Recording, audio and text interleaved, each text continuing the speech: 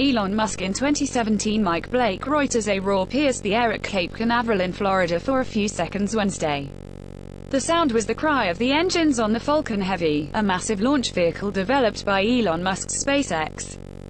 The Heavy had been hauled to the launch pad at Kennedy Space Center for a brief but crucial test that will determine whether the rocket is ready for its maiden flight, which Musk has said will take place later this month.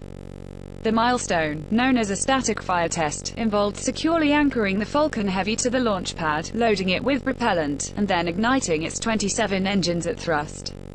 For several seconds, plumes of thick smoke billowed out from the base of the launch pad and created a big white cloud. Musk tweeted shortly after the static fire that the test was good. Falcon Heavy hold down firing this morning was good. Generated quite a thunderhead of steam. Launching in a week or so. Pic.twitter.com Packard near Elon Musk at Elon Musk January 24, 2018. SpaceX did not broadcast the test, but the action was lived on social media by journalists staked out on a beach nearby. The action starts at about the 16:22 mark. Falcon Heavy static fire. https://t.colugsburr 7 Year 2, Chris GNSF at Chris_NSF January 24, 2018. A static fire test, designed to check the engines and various systems of a rocket, is the final step in preparations before a launch. The engines fired up power Wednesday. The Heavy was pulled upright on Launch Pad 39A, the site of launches during the Apollo and Space Shuttle programs, for the test the second week of January. Reporters and other observers clung to computer screens and waited. A 6-hour window for the static fire test that opened that week came and went, and the test was rescheduled again and again, until this Wednesday. For a few stressful days, it looked like the federal government to delay the test for days or even weeks.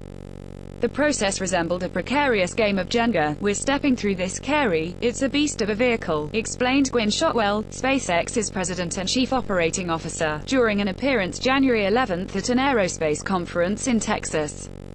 "And what a beast it is. The 230-foot-tall Falcon Heavy is essentially a monster mashup of 3 Falcon 9 cores, 2 of which have already flown solo. It can produce a maximum thrust at liftoff of more than 5 million pounds, which would make the rocket, if it flies, the most powerful rocket in operation, ahead of the Delta IV Heavy, manufactured by the United Launch Alliance, a joint venture of Boeing and Lockheed Martin. While the Heavy will carry only a Tesla car on its maiden launch, SpaceX says it will be able to lift 119,000 pounds of cargo into orbit. Musk hopes the Heavy will someday transport astronauts and hefty payloads to the Moon and Mars. For impatient watchers, Eric Berger at Ars Technica pointed out that false starts and days of delays are par for the course for high-stakes launches. What's up with these Falcon Heavy delays?